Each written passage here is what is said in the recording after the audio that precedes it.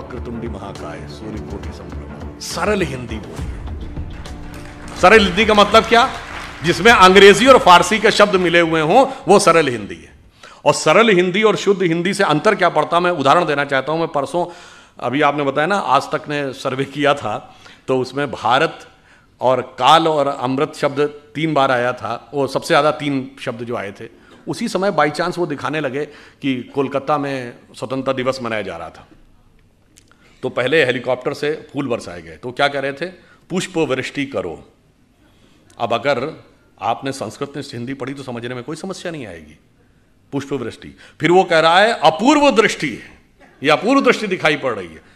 तो जब आप संस्कृत निष्ठ हिंदी पढ़ते हैं तो भारतीय भाषाओं के साथ ज़्यादा जुड़ते चले जाते हैं, ना कि डिस्कनेक्ट होते चले जाते हैं। मैं दिल्ली में एक बार प्रेस कॉन्फ्रेंस के दौरान मैंने एक शब्द वितंडावाद प्रयोग किया, और आपको आश्चर्य होगा कि जितने अंग्रेजी के पत्रकार थे दिल्ली के, उन्होंने कहा what is the meaning of this word वितंडावाद। और ये मेरे लिए आश्चर्य का विषय था कि तमिलनाडु और आंध्र प्रदेश के पत्रकारों ने कहा कि तेलुगु और तमिल दोनों में वितंडवाद शब्द है और उसी अर्थ में जिस अर्थ में हिंदी में प्रयोग होता है। अब बताइए, शुद्ध हिंदी बोलने से आप भारतीय भाषाओं के नजदीक जाते हैं कि दूर जाते हैं? आप मुंबई जाते हैं तो क्या लिखा रहता है? छत्रपति शिवाजी अंतर्राष्ट्रीय विमानतल, और हिंदी में हवाई अड्डा। हवाई अड्डा बेहतर हिंदी, विमानतल। आप शुद्ध हिंदी पढ़ेंगे तो विमानतल में कोई समस्या नहीं आएगी। हम कहते हैं अस्पताल, वहां लिखा रहता है रुग्णालय। रुग्ण का मतलब रोगी होता है।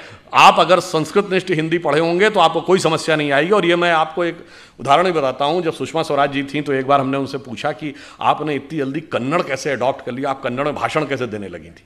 तो इससे पहले कि वो बोलती, उनके पति ने कहा कि इनका संस्कृत का बेस बहुत स्ट्रांग था, तो सबसे पहले कन्नड़ में बहुत सारे शब्द जो संस्कृत के हैं उन शब्दों को पिकअप किया और उनको केंद्रित करके भाषण का निर्माण किया, और उसके बाद भाषण लिखा देवनागरी लिपि में, और उसके बाद उन्होंने बहुत जल्दी अडॉप्ट करके बोलना शुरू कर दिया।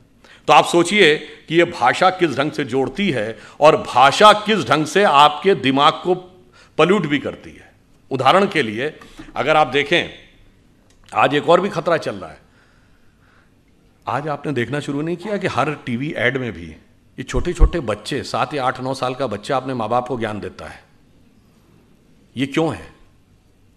आपको लगता है ये ऐसे ही हल्के में है? नहीं, ये एक सोची समझी रणनीति है, क्योंकि परिवार को तोड़ना है। तो 10-15 साल के बाद वही तो जाएंगे जो कहेंगे कि नहीं, हमें ही सब कुछ पता था, हमारे माता पिता को कुछ नहीं पता था। जैसे मैं ये एक उदाहरण भी आपको देना चाहता हूँ, ये बात मैंने एक बार पहले भी बोली है। अभी हरनाज संधू को मिला है मिस वर्ल्ड का पुरस्कार, वरना इससे पहले 1994 से 2003 के बीच में ढेर सारी भारतीय लड़कियों को मिस वर्ल्ड, मिस यूनिवर्स मिला, उसके बाद गायब हो गया। यानी सुंदर लड़कियां ना 1994 से पहले पैदा होती थी, ना 2003 के बाद। ये आपको लॉजिकल लगती है बात? नहीं जी, 1991 में नई अर्थव्यवस्था आई, भारत के पास इंफ्रास्ट्रक्चर नहीं था, तो कहां से पैसा आएगा? क्योंकि ना हमारे पास फिजिकल इंफ्रास्ट्रक्चर था, ना फाइनेंशियल इंफ्रास्ट्रक्चर था। तो बाकायदा कोलंबिया यूनिवर्सिटी का एक रिसर्च पेपर है कि बेसिकली पैसा कहां से आएगा मार्केट में। तो उस समय ये आया कि जो भारतीय परिवार हैं उनकी जो एवरेज सेविंग है 19 से 20% है। यानी एक औसत भारतीय परिवार लगभग 20% अपनी आय का बचाता है। अब वो उसमें से अगर हम 10% निकाल के मार्केट में ले आए तो मार्केट में इनिशियल फ्लो ऑफ मनी आ जाएगा। अब ये रिसर्च किया गया कि वो बचत के लिए सबसे ज्यादा प्रेरित कौन करता है, तो उसमें कहा गया कि घर की महिला सबसे ज्यादा प्रेरित करती है कि पैसा बचा के रखो। अब कहा गया कि जो नेक्स्ट जनरेशन की जो महिलाएं हैं, यानी लड़कियां जो आज हैं, उनको किस तरीके से इंटरनेशनलाइजेशन और मार्केट के अंदर जो खर्चा होना है उसकी तरफ हमें प्रेरित करना है। उस तरफ घुमाने के लिए ये सब कुछ हुआ और अचानक बंद हो गया। और विष कैसे आपके दिमाग में फैलता, मैं एक छोटी सी बात बताए दे रहा हूं। जैसे हम सब कहते हैं कि एक अंग्रेजी का शब्द है everything is fair in love and war. इसका हिंदी क्या है? जंग और इश्क में सब कुछ जायज है। ये हिंदी का कोई भी शब्द नहीं है। जंग हिंदी का शब्द है ना, इश्क हिंदी का शब्द है ना, जायज हिंदी का शब्द, सब फारसी के शब्द है।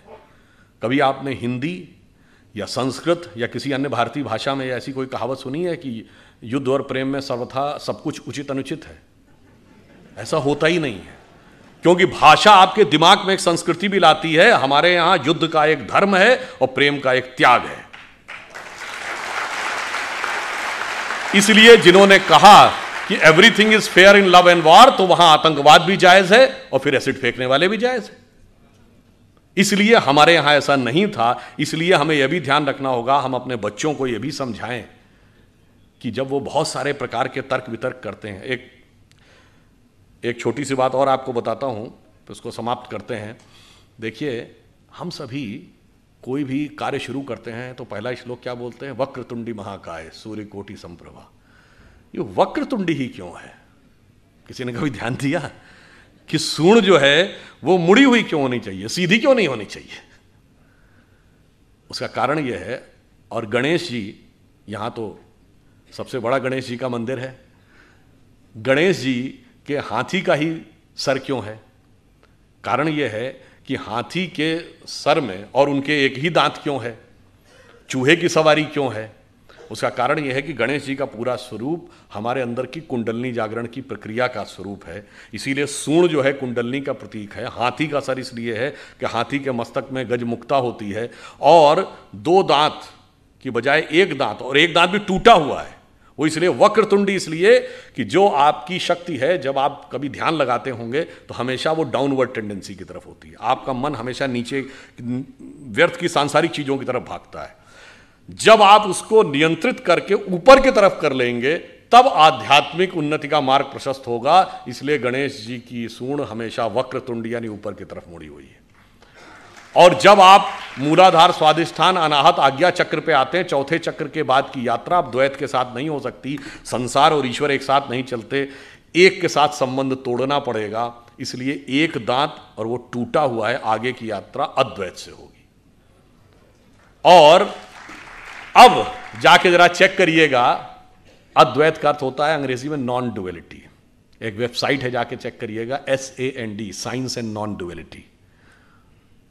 और वो जानते हैं, उसका आप वेबसाइट पे जाएंगे तो पहले ही शीर्षक में क्या लिखा? ओम इज इक्वल टू MC²। क्योंकि जब आप नॉन डुअलिटी में जाते हैं, अब यहां पे आइए, आइंस्टीन ने जो थ्योरी दी E is equal to MC², मतलब एनर्जी मास कन्वर्जन इक्वेशन, तो नॉन डुअलिटी में सिर्फ एनर्जी है। जब आप मास में आते हैं तो दो चीजें हैं ना, mass and energy. But finally, मतलब 1900 से पहले सिर्फ law of conservation of mass था, यानी हम मानते थे एक मास दूसरे में चेंज होता है। अब law of conservation of energy है, अब एनर्जी दूसरे में एनर्जी होती है। और फिर मैं कहना चाहता हूं, मैं किसी दूसरे पे कमेंट नहीं कर रहा हूं, हमारा ही एकमात्र अंतिम संस्कार है जिसमें मास एनर्जी में कन्वर्ट होता है। बाकी जगह मास में कन्वर्ट होता है। तो आप ये समझ लीजिए कि कितनी वैज्ञानिक पद्धति हमारी किस प्रकार से रखी हुई है। तो ये सारा विष हमें अपने मन से निकालना है और स्वाभिमान के साथ आगे बढ़ना है। और एक दो चीज और भी समझ लेनी चाहिए। स्वतंत्रता संग्राम के संदर्भ में हम सब ये मानते हैं कि स्वतंत्रता मिली, स्वतंत्रता के लिए बहुतों ने संघर्ष किया, पर बहुतों ने संघर्ष किया उसकी मान्यता भी होनी चाहिए।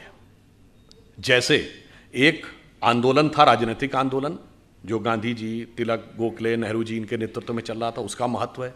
तो एक क्रांतिकारी आंदोलन भी था, जो युगांधर और अनुशीलन समिति बंगाल से शुरू होती है, फिर चाहे वो उत्तर प्रदेश में चंद्रशेखर आज़ाद, राम प्रसाद बिस्मिल, अशफाक उल्ला खां या भगत सिंह, राजगुरु, सुखदेव, वहाँ तक। और फिर एक सशस्त्र आंदोलन जो सैन्य अभियान था, जो रासबिहारी बोस और सुभाष चंद्र बोस जी के द्वारा शुरू होता है। सबका योगदान था। एक में एकाधिकार का वर्चस्व मेरे विचार से उचित नहीं है। एक दो फैक्ट आपको बताना चाहता हूं, शायद मैं बहुत से लोगों को आपको ध्यान ना हो। जवाहरलाल नेहरू जी 15 अगस्त 1947 को प्रधानमंत्री नहीं बने थे। 2 सितंबर 1946 को कैबिनेट मिशन प्लान के तहत वो अंतरिम सरकार का नेतृत्व उन्होंने संभाला था। 2 सितंबर 1946 को क्यों? आप लोगों ने अगर पढ़ा हो तो भारत को आज़ादी देने का जो निर्णय लिया था अंग्रेज़ों ने, वो तो 30 जून 1948 डेट थी। फिर ये 11 महीने प्रीफोन कैसे हो गई, क्यों हो गई? उसको अगर समझना है तो आप ये समझिए